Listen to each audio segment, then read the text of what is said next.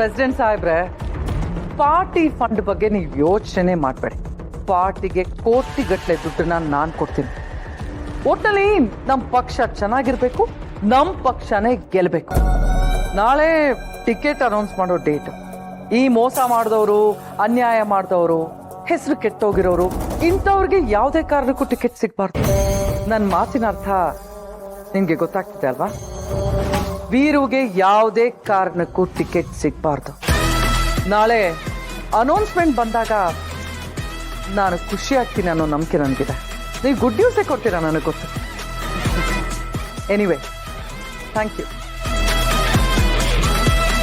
ಏನ್ ಮಾಮ್, ನಾಳೆ party ticket announce ಮಾಡ್ತಿದ್ರಂತೆ? ಆ ವಿಷಯದ ಬಗ್ಗೆನೇ ಮಾತಾಡ್ತಿದ್ದೆ ಮೇಡಮ್. ಏನ್ ಹೇಳ್ತಾರೆ ನಿಮ್ ಪಾರ್ಟಿ ಪ್ರೆಸಿಡೆಂಟ್? ನಿಮ್ ತಮ್ಮಂಗೆ ಏನಾದ್ರು ಟಿಕೆಟ್ ಕೊಡ್ತಾರಂತ? ನೋವೇ. ಒಂದು ವೇಳೆ ವೀರು ಎಲೆಕ್ಷನ್ ಅಲ್ಲಿ ಪಾರ್ಟಿಸಿಪೇಟ್ ಮಾಡಬೇಕು ಅಂತ ಅನ್ಕೊಂಡ್ರು ಅವನ್ ಪಾರ್ಟಿಯವರು ಅವನ್ ಟಿಕೆಟ್ ಕೊಡಕ್ಕೆ ಮನ್ಸು ಮಾಡಲ್ಲ. ವೀರು ಅವನಿಗೆ ಟಿಕೆಟ್ ಸಿಗುತ್ತೆ ಅಂತ ಅವನ್ ತುದಿಗಾಲಲ್ಲಿ ನಿಂತ್ಕೊಂಡು ಕಾಯ್ತಿರ್ತಾನೆ. ಯಾಕಂದ್ರೆ ಇದು ವೀರುನೇ ಕಟ್ಟಿದ ಪಕ್ಷ ಅಲ್ವಾ? ಅವನ ಪಕ್ಷದಲ್ಲಿ ಅವನಿಗೆ ಬೆಲೆ ಇರಬಾರ್ದು.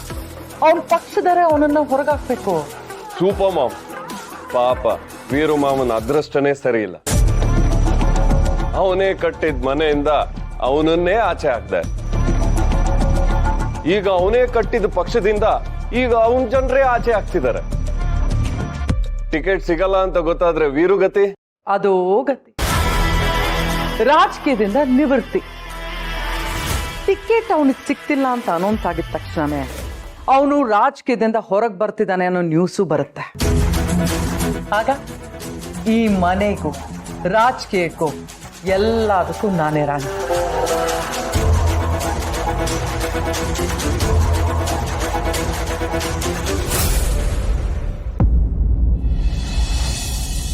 ನಂದಿನಿ,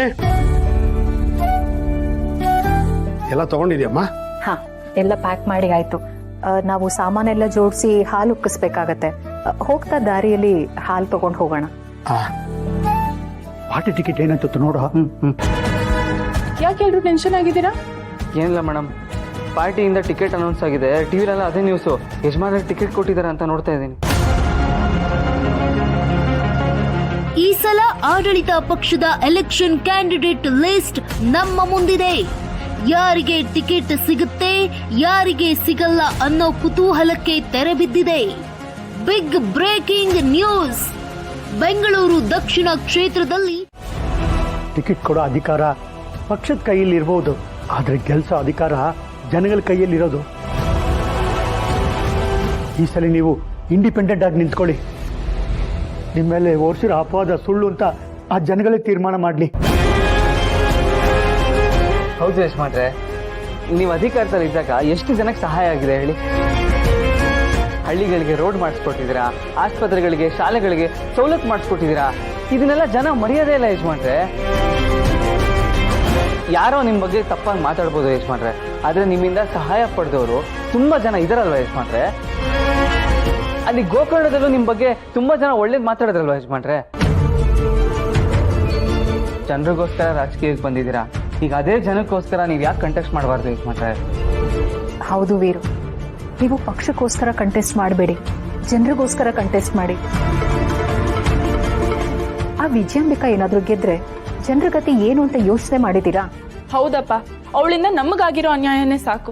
ಇನ್ನು ಜನಗಳಿಗೆ ಅವಳಿಂದ ಅನ್ಯಾಯ ಆಗ್ಬಾರ್ದಪ್ಪ. ಪ್ಲೀಸ್ ಅಪ್ಪ, ಅವಳು ಸೋಲ್ಬೇಕಂದ್ರೆ ನೀವ್ ಎಲೆಕ್ಷನ್ ಅಲ್ಲಿ ನಿಲ್ಲೇಬೇಕು. ಯಜಮಾನ್ರೆ, ನೀವು ಹೂ ಅನ್ನಿ ಸಾಕು, ಮಿಕ್ಕಿದ್ದೆಲ್ಲ ರೆಡಿ ಮಾಡ್ಬಿಡ್ತೀನಿ ನಾನು. ಒಪ್ಕೊಳ್ಳಿ ಯಜಮಾನ್ರೆ.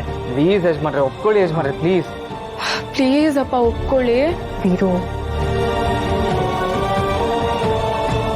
ನಿಮ್ಮೆಲ್ಲರೂ ಸ್ಫೂರ್ತಿ ಮಾತು, ಜನರ ಪ್ರೀತಿ ಸರಿನಪ್ಪ.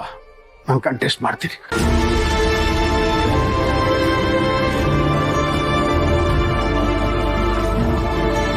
ಸೂಪರ್ ಅಪ್ಪ, ನೀವ್ ಎಲೆಕ್ಷನ್ ಅಲ್ಲಿ ನಿಲ್ತೀರಾ ಅಂತ ಹೇಳಿದ್ರಲ್ಲ, ಅಷ್ಟೇ ಸಾಕು. ನೀವ್ ಅರ್ಧ ಗೆದ್ದಂಗೆ.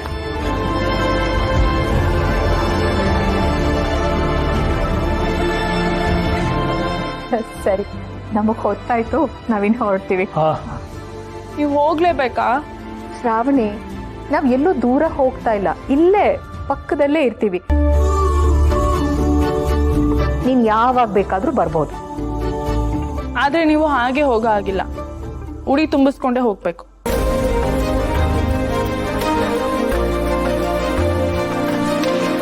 ಹಾಗೆ ಆಗ್ಲಿ. ಮಾಮ್, ಅಂತೂ ನೀನ್ ಗೆದ್ದುಬಿಟ್ಟೆ. ನಿನ್ ತಮ್ಮನ ಮೂಲೆ ಗುಂಪು ಮಾಡಿ ನೀನು ಪಾರ್ಟಿ ಟಿಕೆಟ್ ತಗೊಂಡೆ. ಇನ್ನು ನಿನಗೆ ಎದುರಾಗಿ ಯಾರು ನಿಲ್ಲಲ್ಲ. ಬೇರೆ ಪಕ್ಷದವ್ರಂತೂ ಈ ಕ್ಷೇತ್ರದಲ್ಲಿ ಗೆಲ್ಲೋದೇ ಇಲ್ಲ. ನೀನಿಲ್ಲಿ ಗೆಲ್ತಿದ್ದ ಹಾಗೆ ಮಿನಿಸ್ಟರ್ ಪಟ್ಟ ಗ್ಯಾರಂಟಿ. ನೋ ಮಾಡಿ, ನನಗೆ ಬೇಕಾಗಿರೋದು ಮಿನಿಸ್ಟರ್ ಪಟ್ಟ ಅಲ್ಲ. ನನ್ನ ಆಸೆ, ನನ್ನ ಗುರಿ, ನನ್ನ ಉದ್ದೇಶ ಇದೆಲ್ಲ ಬೇರೆ ಇದೆ. ಏನ್ ಹೇಳ್ತಿದ್ಯಮ್ಮ? ಮಾಡಿ, ವೀರುಗೆ ಆಸೆ ಇರ್ಲಿಲ್ಲ. ಅವ್ರಿಗೆ ಬರೀ ಮಿನಿಸ್ಟರ್ ಆಗ್ಬೇಕಿತ್ತು, ಜನರ ಸೇವೆ ಮಾಡ್ಬೇಕಿತ್ತು. ಆದ್ರೆ ನಾನು ಆಸೆನ ಹೆಗಲ್ ಮೇಲೆ ಹೊತ್ಕೊಂಡು ಬಂದವಳು. ನನಗೆ ಬರೀ ಮಿನಿಸ್ಟರ್ ಅಲ್ಲ, ಈ ರಾಜ್ಯಕ್ಕೆ ಮುಖ್ಯಮಂತ್ರಿ ಆಗ್ಬೇಕು. ಮೊದಲನೇ ಮಹಿಳಾ ಮುಖ್ಯಮಂತ್ರಿ ಆಗ್ಬೇಕು ನಾನು. ನನ್ನ ಈ ಆಸೆನ ಎಷ್ಟು ದಿನದಿಂದ ನಾನು ಮನಸ್ಸಲ್ಲೇ ಬಚ್ಚಿಟ್ಕೊಂಡು ಕಾದಿದ್ದೆ ಗೊತ್ತಾ? ಅದಕ್ಕೆ ನನಗೀಗ ಕರೆಕ್ಟಾಗಿ ಒಂದು ಸ್ಥಾನ ಸಿಕ್ಕಿದೆ. I am so happy. ಅದೇ ನನ್ನ ಮುಂದಿನ ಗುರಿ. ಮಾಡಿ, ಖಂಡಿತ ನಿನ್ನ ಆಸೆ ನೆರವೇರುತ್ತೆ ಮಾಮ್. ರಾಜಕೀಯದಲ್ಲಿ ನಿನ್ನಂತವರೇ ಬೆಳೆಯೋದಕ್ಕೆ ಸಾಧ್ಯ. ಇನ್ ಮುಂದೆ ಅದ್ ಯಾವುದೇ ಕೆಲಸ ಇರಲಿ ಮಾಮ್, ನಿನ್ ಜೊತೆಗಿದ್ದು ಆ ಎಲ್ಲ ಕೆಲಸನೂ ನಾನ್ ಮಾಡ್ತೀನಿ.